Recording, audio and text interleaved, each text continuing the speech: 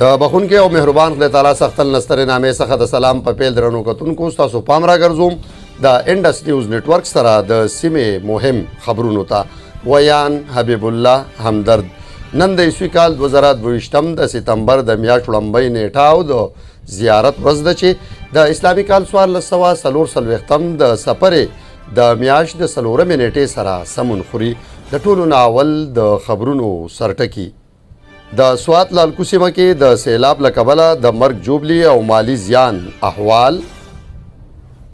د ویلیج کونسل بری درشخیلی د اولس فریادونه، د سیلاب ځپلو د مرستو په اړه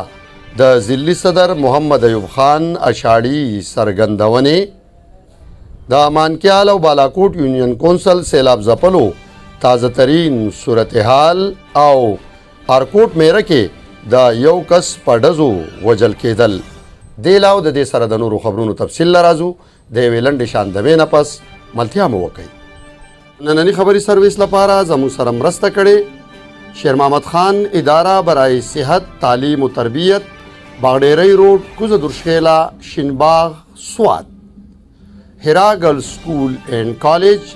باغډیری روډ، سمبرد، مټا، سوات. خیبر الیکٹرانکس، محمد خان بازار،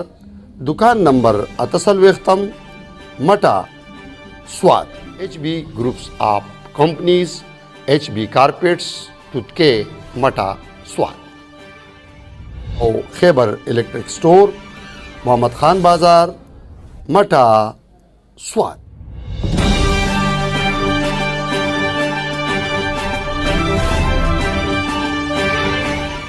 او اوس د خبرونو تفصیل.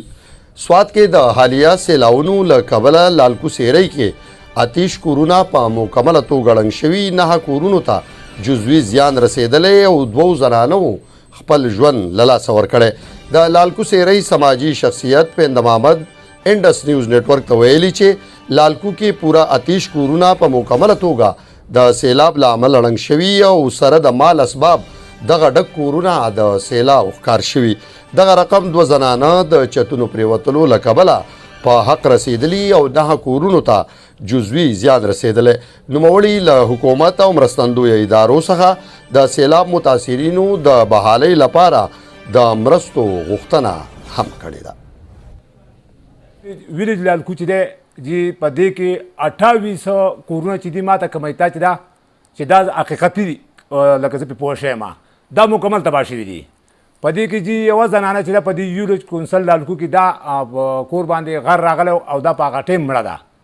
جی، او د دې دا په 2 ورځ سپارلی شو ده جی. بله زنانه چې ما تاسو ته ووایي چې دا کوستاني بانډه ویلیج پازالبیګ ګړی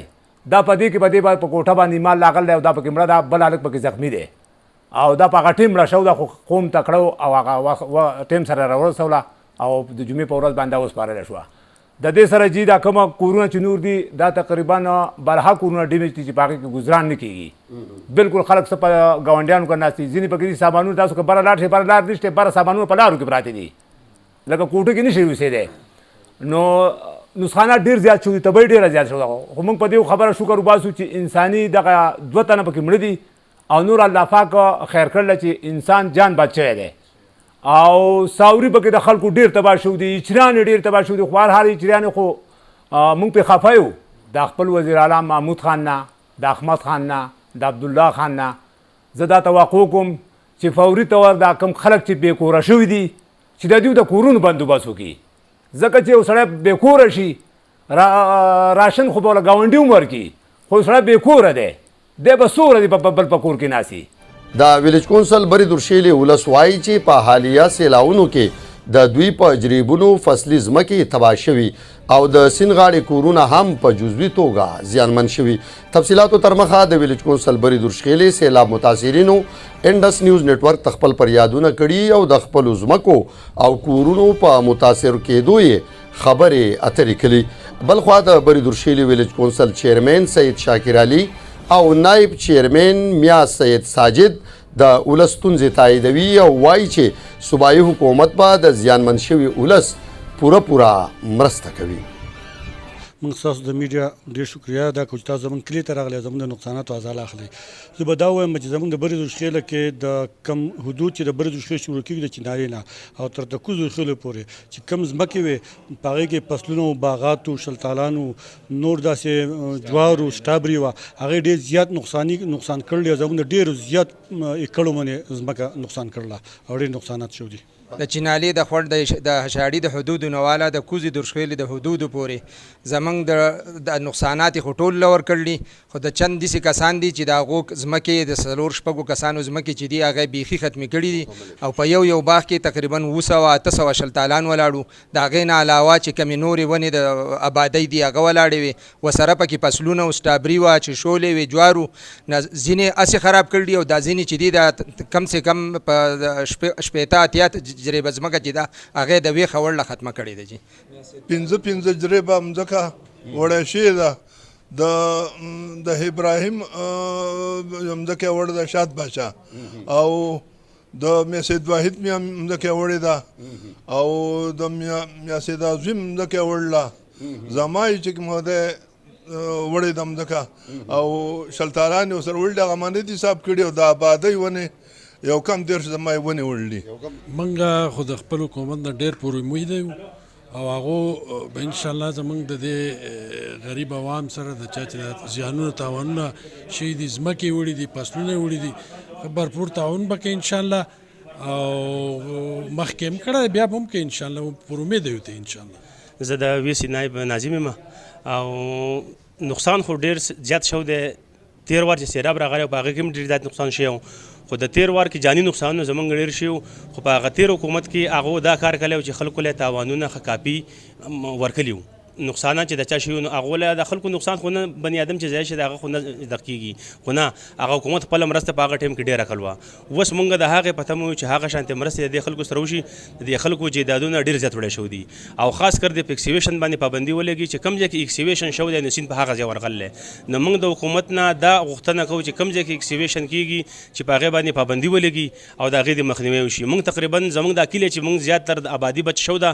3-4-5 کورونه متاثره شوي دي خو دا زیاته نقصان چې نه دی شوی نو دی باندې زموږ د مخکې نه په دې باندې کنټرول و. موږ اکسیویشن نه دی پرېښودلی موږ بوکلې نه دی پرېښودلی حالانکې کوم ځای کې په بیا ښکته چې اکسیویشن شوی دی نو هغې کې بیا زموږ پټو ته ډېر زیات زموږ د اتره ولاړ دی لالا میاسید واحدو د ده سره د رونو ټول پټې وړلي زما د ماما ولاړ دی د ده پټی وړی شوی دی دا مې ماما ولاړ دی د ده پټی تقریبا د چینالې نه والا او د کوزې درشه د انګریزۍ ولې پورې زموږ جایدادونه دي او تقریبا هر سړی وهلی. د خپل وزیر اعلی صاحب نه موږ ډېر زیات مطمئن یو ځکه چې په کمه ورځ باندې سهار په درشخېله باندې سیلاب و نو زمونږ احمد خان سحر وختي راغلی او مکمل زمونږ د ویلیج کونسل دوره یې وکړه د هغې سره سره په نور صفات کې مو وګرځېد خو زمونږ کلي ته خصوصا راغلی و او د هغوی نه موږ پر امید یو چې انشاءالله هغه به د خلکو ازاله کوي. د حالیه سیلاب متاثرینو مرسته یوازې د عام ولس په چندو سر ته نشي رسیدی بلکې دا د صوبایي او وفاقي حکومت ذمواري ده چې د اغیزمن شوي ولس پوره مرسته وکړي. یادې څرګندونې د عوام نیشنل ګوند ضلعي صدر ایوب خان اشاړي کړي او زیاته کړې ده چې د نورو سیاسي جماعتونو په رنګ عوامي نیشنل ګوند هم په دې سخت وخت کې د خپل ولس سره اوږه په اوږه ولاړ دی او د مټې بازار ریلیف کیمپ کې ولس په نره خپلې مرستې د دوی بدرګه کړي او لا دغه لړۍ دوام لري. پاټۍ له خلکو چې څونه امداد دلته کې ورکړی دی نو قاسم خان موجود دی هغه ډیر زیات دی هغه که د پیسو په حواله دی هغه که د نورو سامانونو د خوراک د بسترو د ټینټونو په حواله نو د خلکو چې دی ډیره زیاته مرسته کړې ده او موږ د هغه خلکو چې دی مشکور یو. خو داسې دی چې د سیلاب ډیر لوی راغلی دی د افت ډیر لوی راغلی دی دا یوازې د چندو باندې او د عامو خلکو باندې نه کېږي دا په حکومتونو باندې کېږي. صوبې او د مرکزي حکومت چې دی دا ذمواري جوړیږي چې هغه فوري طور یو دا ده چې ریسک یو دا ده چې ریلیف وي خلک د لوږې مړه نه شي خلک چې دی په بستره او په ټینټ او په سکول یا په هر څه کې چې په هغې کې دغه وکړي او د بیا ودانۍ چې څنګه موږ څوک پکې وفات شوي وو موږ ورله پیسې ورکولې چې د چا کور د منځه تللی و په هغه وخت کې موږ دغه کور پیسې ورکولې دغه شانتې د صوبایي حکومت خپله ذمهواري ادا کړي شهباز شریف صاحب او د دې صوبې حکومت ته چې دی زه خواست کوم چې د خلکو بلا د تفریقه چې دی څونه خدمتي چې ډېر په اخلاص او په ایماندارۍ وکړي ډېره مننه جي د یونین کونسل بالاکوټ او مانکیال ولس د سیلاب په 8مه ورځ هم د بنیادي ضرورتونو څخه محروم یعنی د خوراک څښاک پاکو اوبو او د سرپناه په غم کې د بلها ستونزو سره مخ دي ولې حکومتي ادارې او مدني ټولنې د ولس په ستونزو حلولو کې پاتې راغلي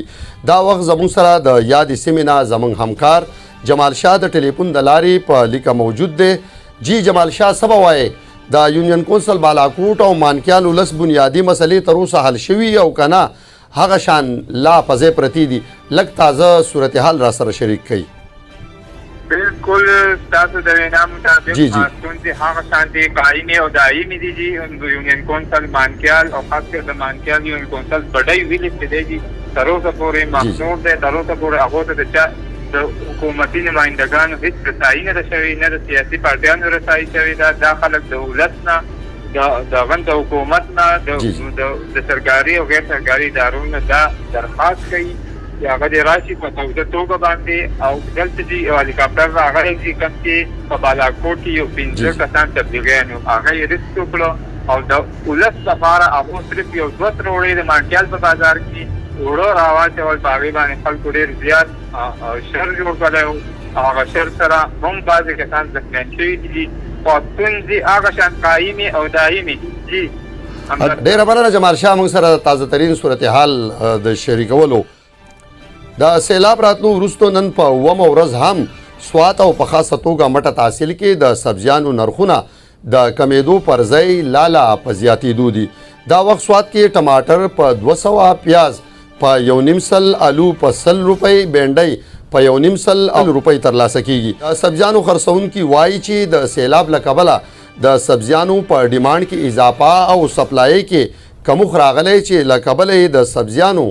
نرخونه لوړ شوي او ویره ده چې دغه نرخونه په راتلونکو ورځو کې لا نور هم سیوا شي یاره ګران شوی دی جي 100% ګران شوی دی د سلو شی په 250 میلاویږي ټماټر ته ګوره پیاز ته الو دی هر شي ته چې ګورې روزانه یو شی په سلو نه بد 200 لګېدل دی او ته به خپله نور پوه سې دا به راغلی حالات خو ګډوډ دي ته به خپله پوهېږي اورې د حالاتو دغه مثال زه به دا خبره له ټول نه اول دا وکړم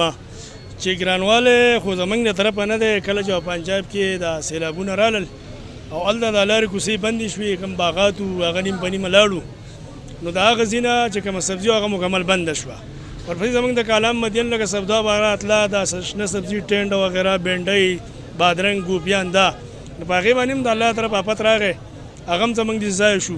نو په دې وجه باندې موږ نه حکومت ته ګناه کولی شو نه د قوم ته ګناه کولی شو کم څنګه چې تاسو ته پته ده د سیلاب د وجې نه ټول روډونه هغه خراب شوي دي موږ ته به د افغانستان نه را ټماټر وغیره بادرنګ سبزیانې راتلې نو د هغې په راتلو کې مشکلات دي څه ګاډي نشي راوتلی څه به لارې خراب شي د هغې د وجې نه خود به خود مهنګایي ده یاره تقریبا 50% ګراني راغلې ده کم شی چې په 100 میلاوېدو هغه په 200 دی کم چې په 200 هغه په 400 دی مټه تحصیل ارکوټ میره کې د جیدات په سر یو ورور بل ورور په ډزو ویشتلی کوم چې په موقع خپل ژوند له لاسه ورکړی تفصیلاتو تر مخه د مټې تحصیل ارکوټ میره کلي شمروز د خپلو زامنو حضرت علي حضرت بلال او امیر نواب په مرسته خپل سکرور محمد جمیل په خپل کور کې په ډزو ویشتلی د پولیسو د وینا تر مخه د دواړو ورونو ترمنځ د جیدات په سر یا د شخړه رامنځته شوې تر دې دمه مبینه ملزم شمروز او حضرت بلال پولیسو نیولي او د نورو 2 تورن کسانو حضرت علي او امیر نواب د نیولو لپاره پلټنې دوام لري دا تر دې دمه خبرونه د نورو خبرونو اپډیټس لپاره کتلی شئ انډس نیوز نیټورک د الله په امان